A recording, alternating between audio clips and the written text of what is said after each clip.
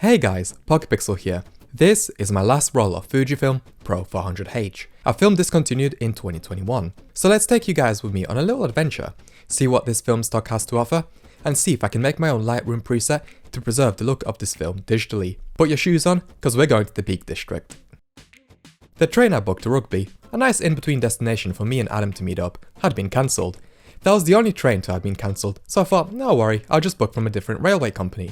So I wake up in the morning, check train line, and the train has been cancelled. No email, nothing. Worst part is, while they gave me an email and a full refund for the first booking, they only refunded me $3 of the £12 I paid for the second ticket. So after a last minute change of plans, I was on my way to the train station to get to Coventry. The place I only know because of keeping up appearances. Otherwise, the train up to Peak District was uneventful. And man, once we got there, it was nice to finally be back to the countryside. Both me and Adam moved to the concrete Midlands, so it was nice to finally be back up north and see some hills and historical architecture. We made it to Devil's Dyke, one of many around the country. It didn't seem all that bad actually. Despite the snow, it really wasn't that cold. But the wind destroyed my hair and lips. I certainly did not come back looking the way I left. The issue is, I thought to use Apple Maps, because unlike Google Maps, it showed a trail right to the crash site.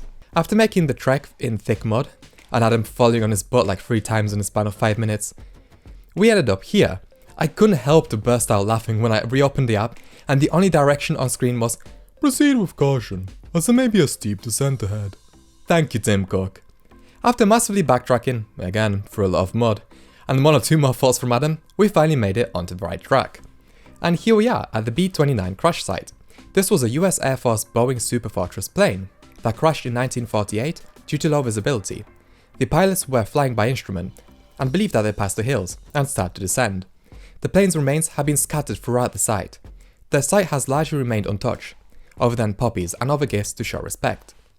And instantly I had an issue. The camera was not advancing frames. It would spin a little bit and then get stuck.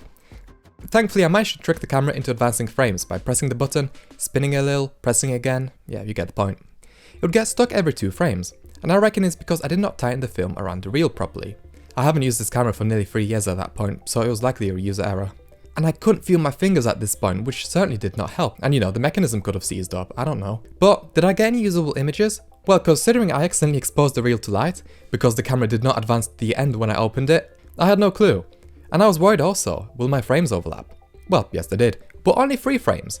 And this one has a nice look to it, like the sky is repeating. Even with a crop, the ground being so low down on the frame really emphasizes the clouds nicely. Color-wise, when I did get a bit of sunlight, the colors pop out much more than when overcast. Though even in sunlight, you can tell that the film has an overall cold hue to it. The blues tend to be the most prominent colour in the images, with the sky and the distant hills popping out much more than the grass. And the blues are very cyan, which makes me feel like this film is less suited for landscape photography than some other popular choices. Atmospherically, the vibe, with it being a cold day and the subject being captured, it fit, but otherwise it really isn't my favourite film stock. On the way to Devil's Dyke, I realised that we drove by a very familiar looking reservoir. I excitedly shouted, "Is that the lake from Forza Horizon 4? Adam didn't believe it was, but it was! So of course, before the sun set completely, we had to take a quick look. My life is like a... And here's the dam side by side to the game. It was as accurate as the landmarks in London Racer, i.e. it's there, but it makes very little sense as to where it's placed virtually, and the details just aren't there. But it's still really cool to see that location in real life. And I guess it makes a nice little addendum to the video I made on Missing Pixel about comparing Forza Horizon 4, London Racer and real life. Check it out, that sounds interesting to you. Fujifilm had introduced the Pro 400H film in 2004, and the film was touted as being a professional film stock that was ideal for a wide variety of photographic genres. I shot a role in Scotland and York nearly 3 years ago, and I did get much more favourable results, though the basics are still the same, dark astroturf-like greens. Though because the browns pop out, the environment I was in really made the film work. These amazing pictures of a forest are one example, which look more like an idealized version of how a forest looks. I have to say, the colours do look rather natural, all things considering. Nothing really stands out or sticks out in these images, other than me cranking up the contrast because of the hazy lens, or because the film naturally lacks it. I'm unsure. And when I went to see an abbey in Yorkshire, same thing. Cool blue shadows on the rocks turning to an orangey brown in the sun, and the dark green grass. According to Fujifilm, the reason that the Pro 400H film has been discontinued is that it's because it's a unique product that's coated with a 4th layer that required specialized raw materials and chemicals that have increasingly become more difficult to produce. Therefore, Fujifilm has decided to discontinue the film stock in 2021. So I went ahead and tried to make my own Pro 400H presets on Lightroom.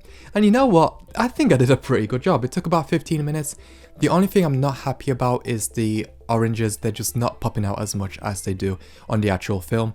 But otherwise, I got really close with the colours. I managed to get the greens right, the cyan sort of blues I managed to get right, and I managed to make 4 different filters for 4 different lighting situations. And of course, I'll link them down below if you guys want to try them out.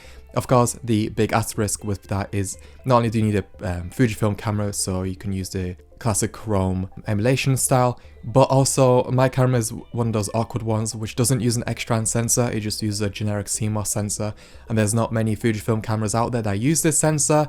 Try it with your X-trans camera, see if it works. The colors might not be exactly correct, but just tune them to your liking. That's the whole point with these presets. Anyway, I'm gonna leave this video here. I really hope you enjoyed this episode of my last film. I do have another idea for an episode 2 with my favorite film stock of all time. I'm just waiting for it to get sunny before I can make that episode. So watch out for that one, but otherwise, thanks so much for watching and I'll see you for the next one.